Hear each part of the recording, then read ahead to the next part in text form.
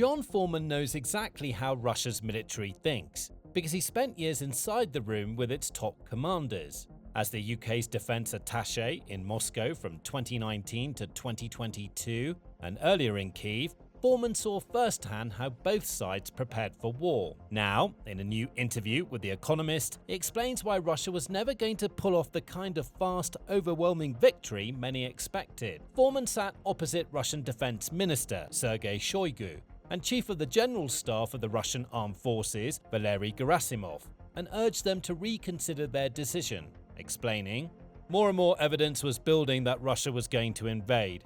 So this was really much the last-ditch attempt to deter them from doing so." He went on, "The point was to refute their sort of talking points and really get onto the substance of it and really say, look, if you don't invade, which would be a bad thing for Europe and for Ukraine and for Russia, then there are things we can do bilaterally and multilaterally to stabilize our relationships." As we now know, the Russians didn't listen. Not only after that meeting, Putin gave the order to invade, and the rest is history. But while the rest of the world watched in fear, expecting Russia to utterly annihilate its enemy and take over vast swathes of Ukraine in a matter of days, Foreman knew that the war was unlikely to play out that way.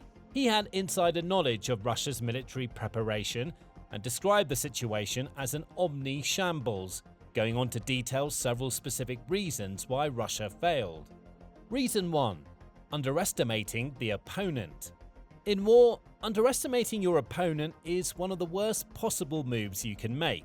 Even when a much larger and stronger force comes up against a seemingly smaller and weaker one, the larger army has to show its opponent a certain degree of respect. They have to take the conflict seriously, never assuming that the enemy will simply roll over and submit. We've seen on countless occasions throughout history instances where battles and even entire wars were won by sides that seemed weaker than their opponents. Because war is not just about the numbers. It's not a matter of whichever side has the most soldiers and tanks will win by default. It's infinitely more complex than that, with a vast web of variables that all come into play to influence the end result. Despite all this, Russia, and indeed many other countries around the world, fell into the trap of underestimating Ukraine. It looked back on its own grand military history and grand status as one of the world's biggest military superpowers. Then it looked at Ukraine, seeing a country that was poorer, weaker, and significantly smaller. Russia is around 28 times larger than Ukraine. It didn't see Ukraine as a major threat, nor did it believe that Kyiv could mount the necessary defenses to prevent Russia from achieving its aims. It never imagined or envisioned how the Ukrainian military,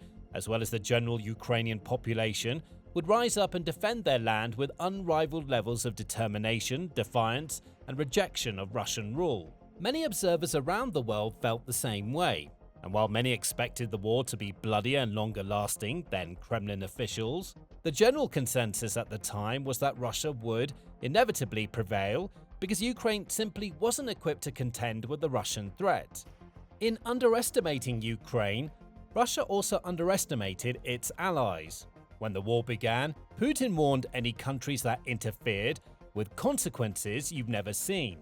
Perhaps he felt that this would be enough to deter Western nations from aiding Ukraine.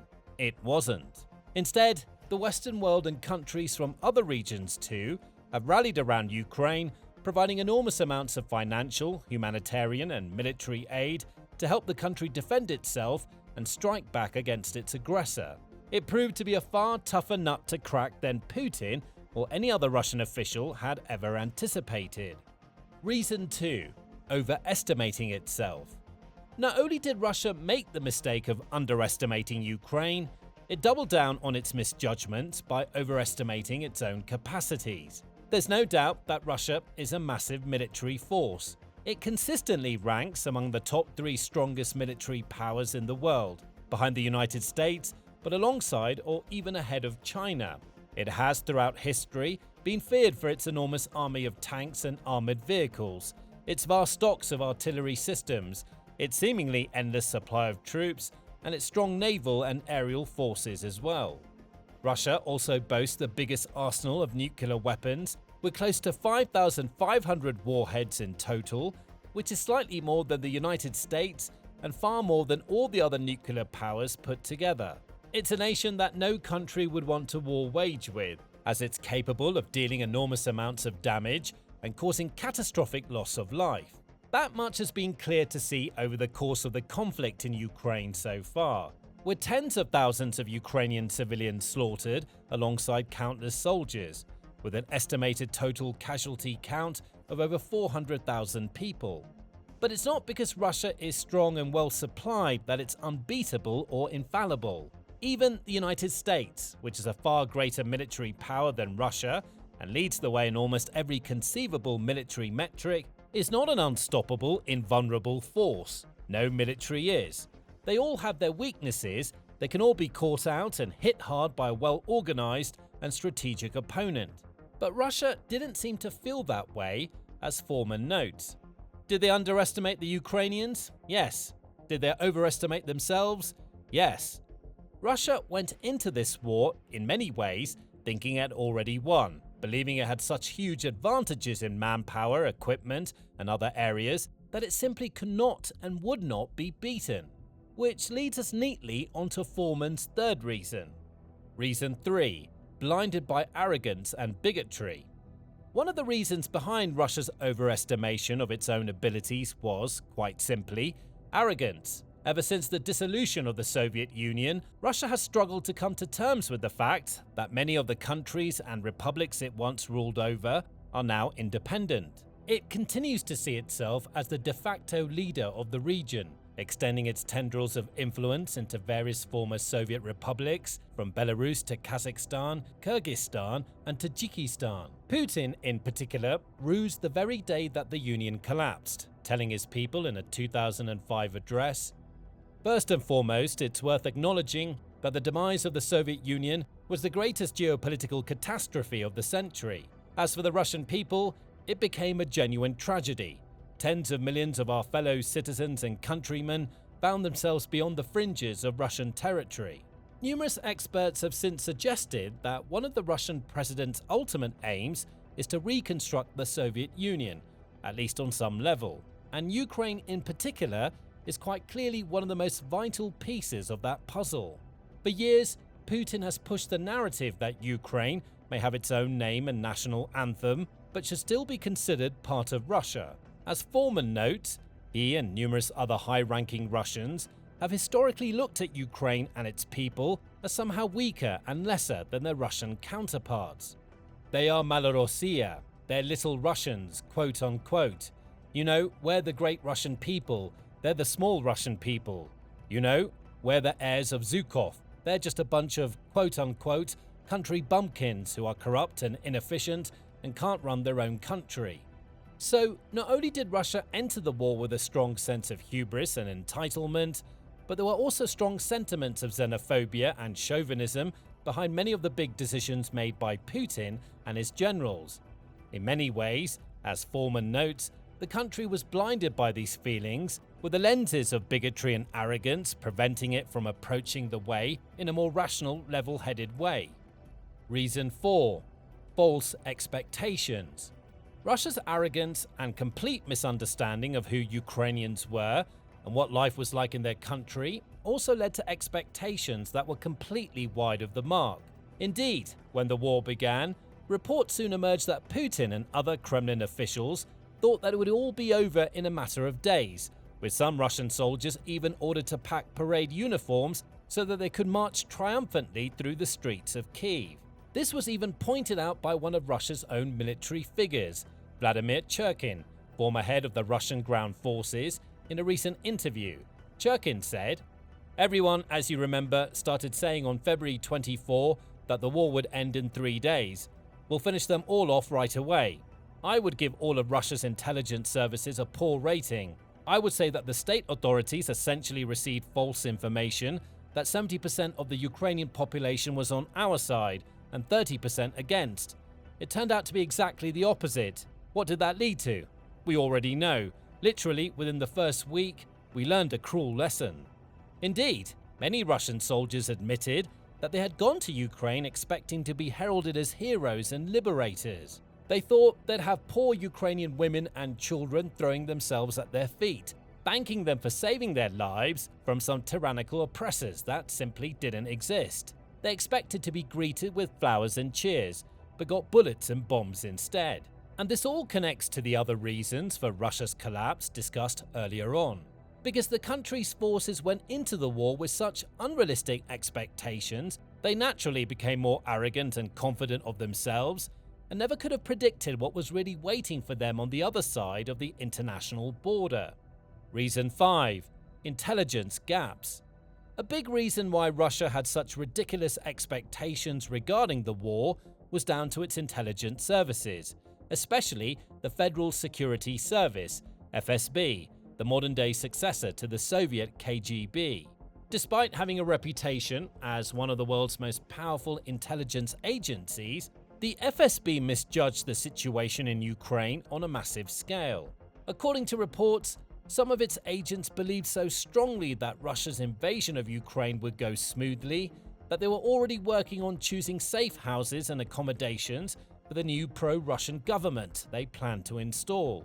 As Foreman explained, "We've already done all this work, and then the whole country is going to collapse.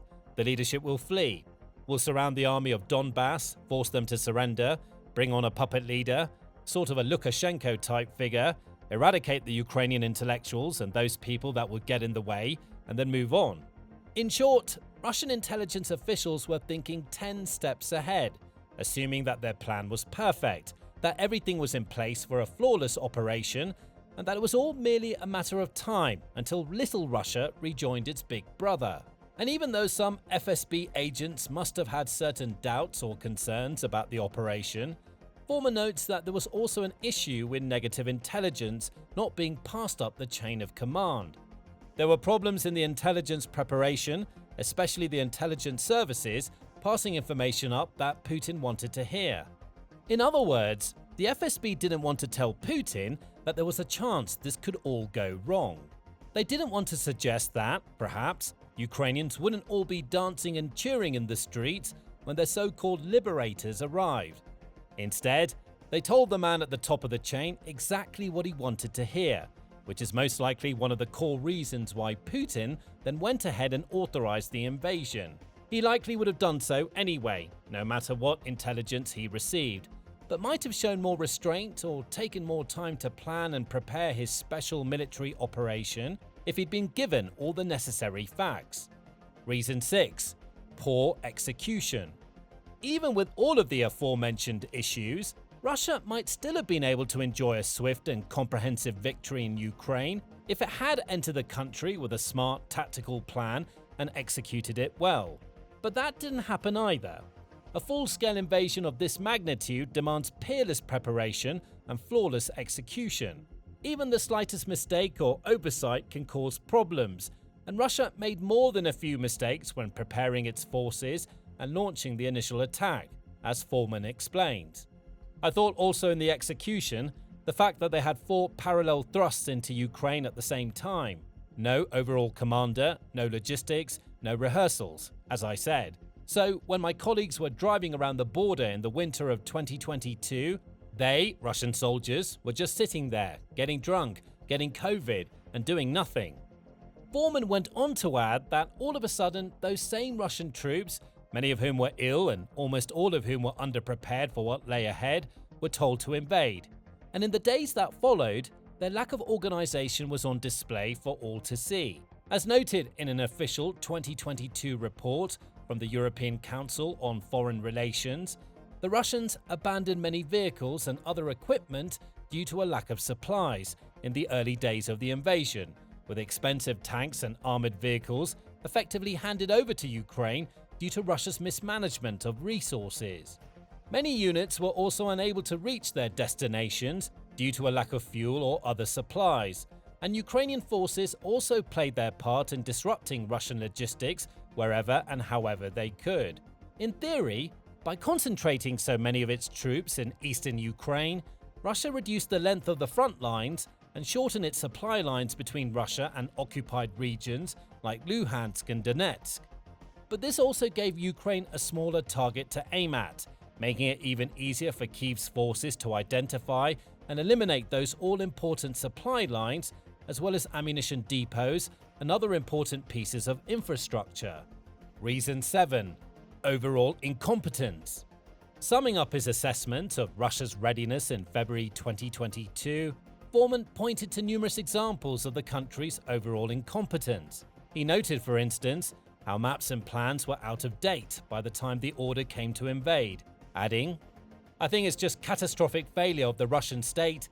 I think it's a symbol of how much Russia's institutions, like the army, armed forces, Ministry of Defense, have been eaten away by corruption and incompetence. Indeed, the way the war has turned out has served as an enormous indictment of those very institutions. While the Russian army once had an imposing, intimidating reputation, famed around the world for its almost unparalleled strength and solidity, its performance in Ukraine has represented an enormous disappointment.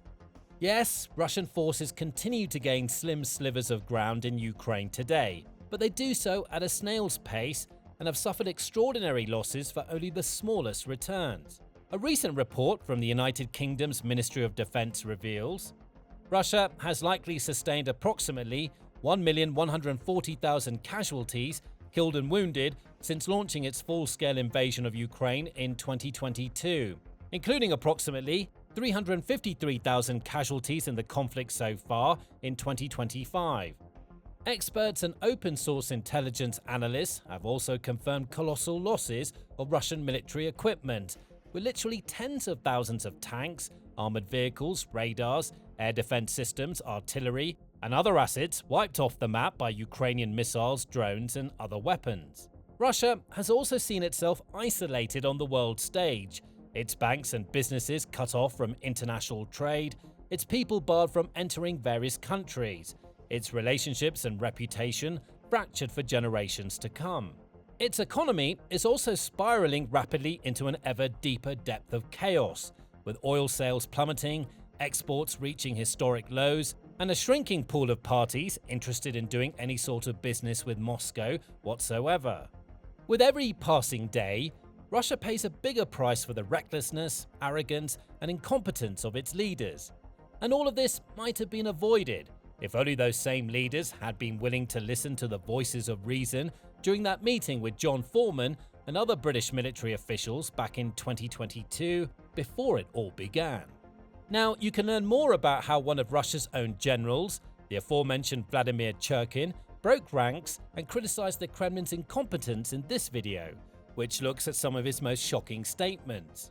Or for a deeper look at just how wasteful the Ukrainian war has become, check out this video, which contrasts Russia's astonishing losses with the tiny gains its forces have managed to make on the ground. And finally, for more breaking military news, insights, and breakdowns, subscribe to our channel today.